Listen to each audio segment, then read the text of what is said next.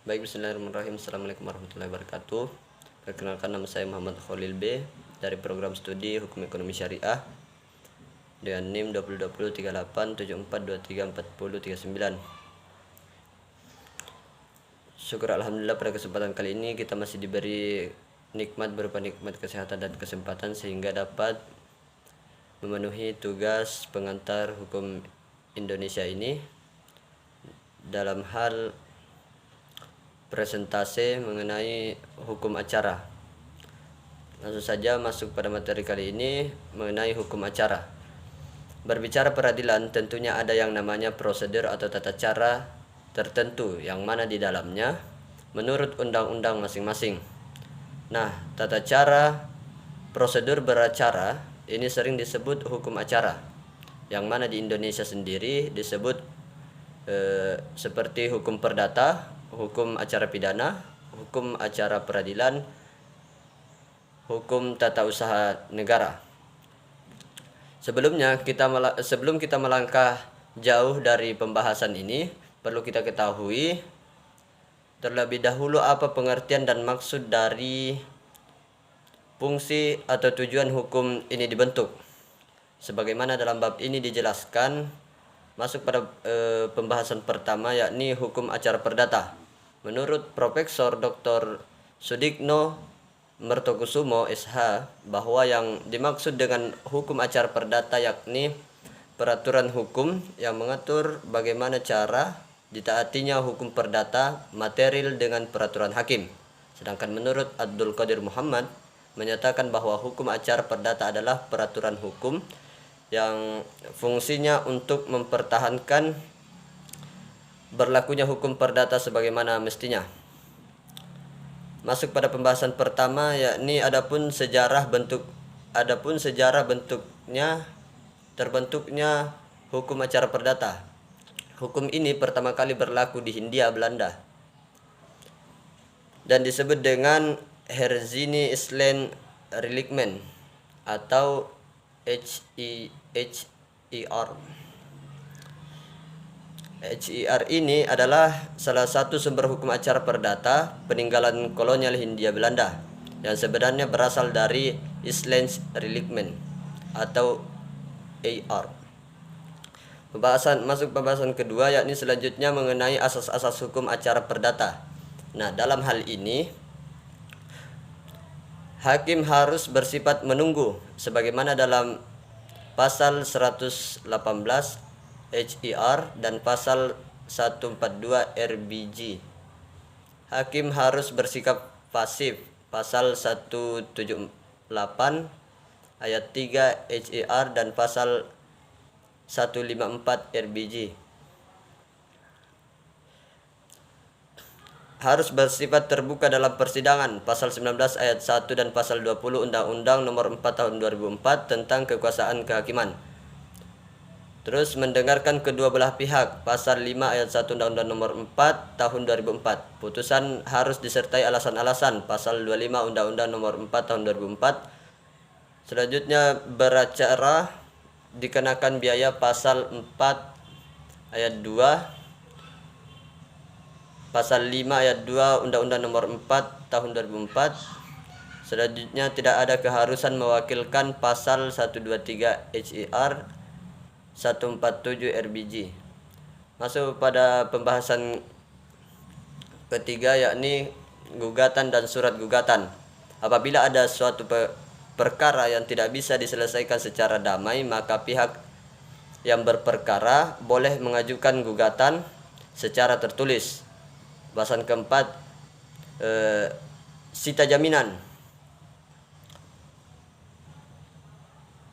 Sita yang dimaksud di sini ialah sita yang dilakukan peradilan dengan tujuan mengamankan barang sebelum perkara atau persengketaan itu berakhir, agar barang tersebut tidak dirusak dan tidak berpindah tangan. Selanjutnya tuntutan provisional.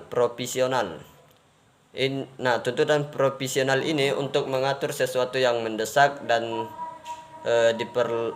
diperlukan seketika sebelum keputusan terakhir. Bahasan keenam yakni perwakilan dalam perkara perdata. Perwakilan dalam perkara perdata ini ditunjukkan kepada penasehat hukum dan pemberian kuasa harus tertulis atau paling tidak. Yang pertama, identitas pemberian dan penerimaan kuasa. Yang kedua, isi pokok persengketaan perdata. Yang ketiga, rincian isi kuasa yang diberikan. Bahasan ketujuh yakni pemeriksaan perkara. Pemeriksaan perkara ini dilakukan oleh 3 hakim, yang mana 1 sebagai ketua dan yang 2 sebagai anggota. Pembahasan ke-8 yakni pembuktian. Sebagaimana yang pertama bukti-bukti tertulis, yang kedua sumpah, yang ketiga keterangan saksi ahli, yang keempat pemeriksaan setempat. Pembahasan ke-9 yakni putusan. Jika hakim sudah merasa menemukan hukumnya, maka hakim dapat mengeluarkan putusan. Pembahasan ke-10 upaya hukum terhadap putusan. Upaya hukum terhadap putusan pengadilan. Upaya hukum terhadap putusan pengadilan ini dapat dilakukan oleh pihak yang dikalahkan dalam sidang pengadilan dan merasa tidak terima dengan putusan hukum. Selanjutnya masuk pada pembahasan hukum acara pidana. Hukum acara pidana pada prinsipnya mengatur tata cara bagaimana pemerintah atau pihak berwajib melakukan pemeriksaan perkara pidana yang telah dilakukan oleh seseorang. Karena sifat hukum acara pidana ini adalah hukum publik, maka tentu saja berbeda dengan hukum acara perdata. Bahasan pertama dalam hukum acara pidana yakni penyelidikan, penyidik dan penuntut umum. Yang kedua penangkapan atau penahanan, penggeledahan badan, pemasukan rumah, penyitaan dan pemeriksaan surat-surat. Yang ketiga tersangka dan terdakwa. Yang keempat bantuan hukum. Yang kelima berita acara. Yang keenam wewenang pengadilan untuk mengadili. Yang ketujuh ganti kerugian yang rehabilitasi. Yang kedelapan penuntutan. Yang kesembilan pemeriksaan di sidang pengadilan. Yang kesepuluh upaya hukum biasa. Yang ke-11 upaya hukum luar biasa atau peninjauan kembali putusan pengadilan yang telah mempunyai kekuatan hukum tetap. Yang ke-12 asas-asas hukum acara pidana. Selanjutnya masuk pada pembahasan hukum acara peradilan tata usaha negara. Hukum acara peradilan tata usaha negara adalah norma hukum yang mengatur bagaimana cara melaksanakan dan mempertahankan hak-haknya di pengadilan tata usaha negara, atau hukum yang mengatur tata cara bersengketa antara orang atau badan hukum dengan pejabat tata usaha negara di pengadilan tata usaha negara. Adapun pembahasan dalam hukum acara peradilan tata usaha negara ini, yang pertama kewenangan PT UN atau pengadilan tata usaha negara. Yang kedua susunan pengajuan gugatan. Yang ketiga pemeriksaan dalam persidangan. Yang keempat pemeriksaan pada tingkat pertama. Yang kelima pemeriksaan pada tingkat bidang. Yang keenam pemeriksaan pada tingkat kasasi. Yang ketujuh pemeriksaan untuk meninjau kembali. Yang kedelapan asas-asas hukum pengadilan tata usaha negara. Nah, adapun asas-asas hukum itu, yang pertama asas praduga reach meeting.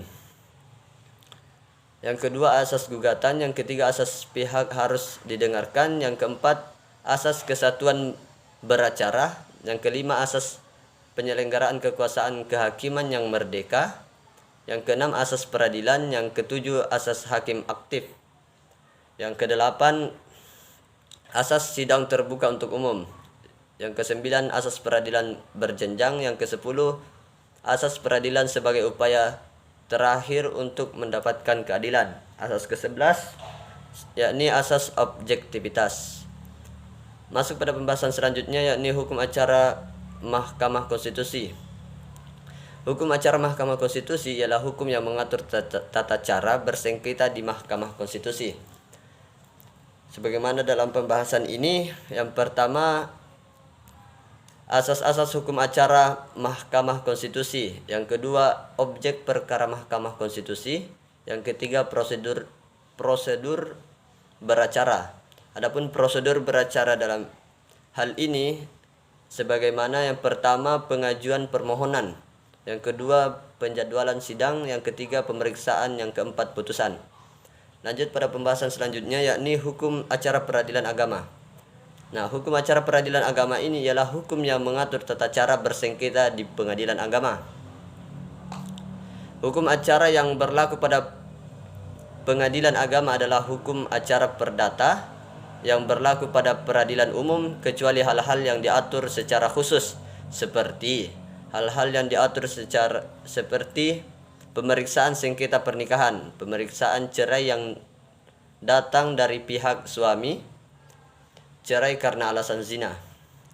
Mungkin cukup sekian presentasi yang saya dapat bawakan kali ini. Kurang dan lebihnya mohon dimaafkan. Minallahi musta'an wa alaihi tiklal. Wassalamualaikum warahmatullahi wabarakatuh.